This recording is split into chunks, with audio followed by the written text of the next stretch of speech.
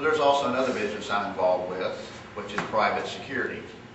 I have former law enforcement experience, former military, and of course private security ever since the late 80s. The purpose of this video is to bring up the subject of private security versus police.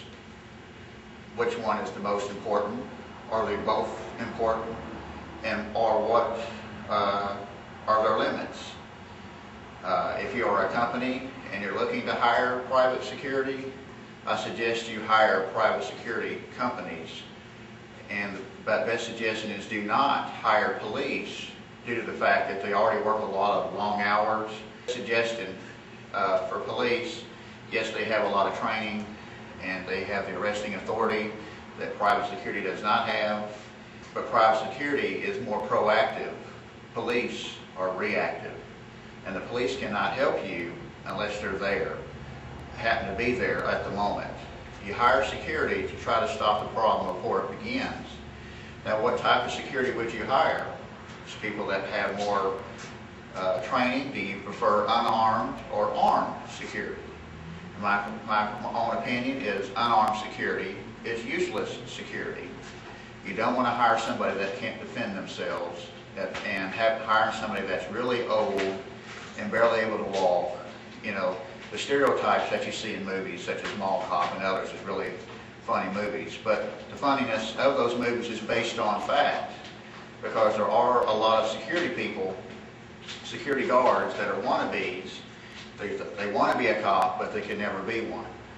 But you got to remember, private security is also former military, former police, former something, and they have a lot to offer to the security world. Now, private security, remember, is proactive. You're there to help prevent the problem before it happens. And how much do you want to spend for security will be up to the company itself. But you got to remember, you get what you pay for. Okay, when you hire a private security company, you can probably be paying somewhere between $20 to $30 an hour per officer, and the security company will hire an individual and pay them only $8 or $9 an hour, maybe 10 if they're lucky, in some average companies out there. And that's not very good pay to have very good officers. So the old saying, you get what you pay for, is true.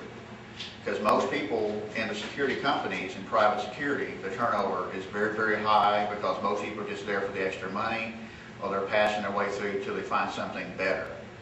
So I like to give you some ideas about private security and how important it is. Highest the federal government is hiring private security. Private security is also at military level. So the private security is at all types of levels, down to just the unarmed security guard working in an office, all the way up to military people being used in the Middle East. So private security is called private for a reason. That's privately owned, and less red tape and less government. So that ought to give you a hint. But you've got to remember, privately owned business is also a business. They like to make money also. Government is totally funded by taxpayers. So we've got to remember, private security versus government-based organizations such as police and fire and other things that we do need, because we need those things.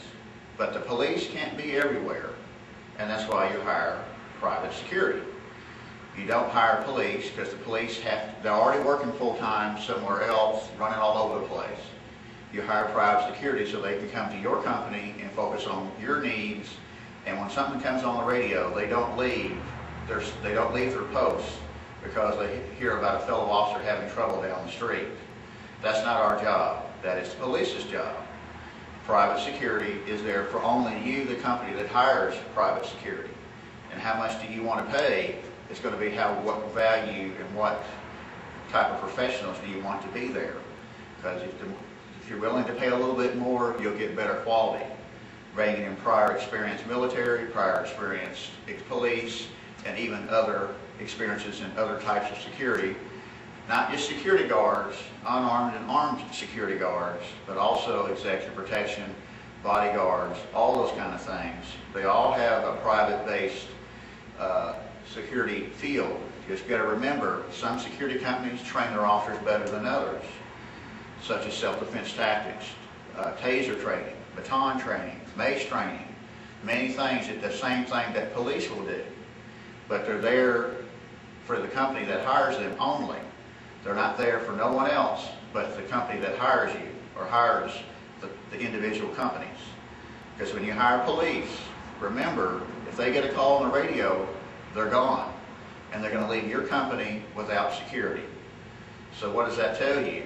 Do not hire police as security on a regular basis. But if you want professionalism, you got to pay for it. And you got to be willing to pay for it. And does it cost? Of course it does. Because you have to pay for officers being there, covering insurance, cars, fuel, whatever needs to be done to have good security for your company. So remember, private security is proactive and police is reactive.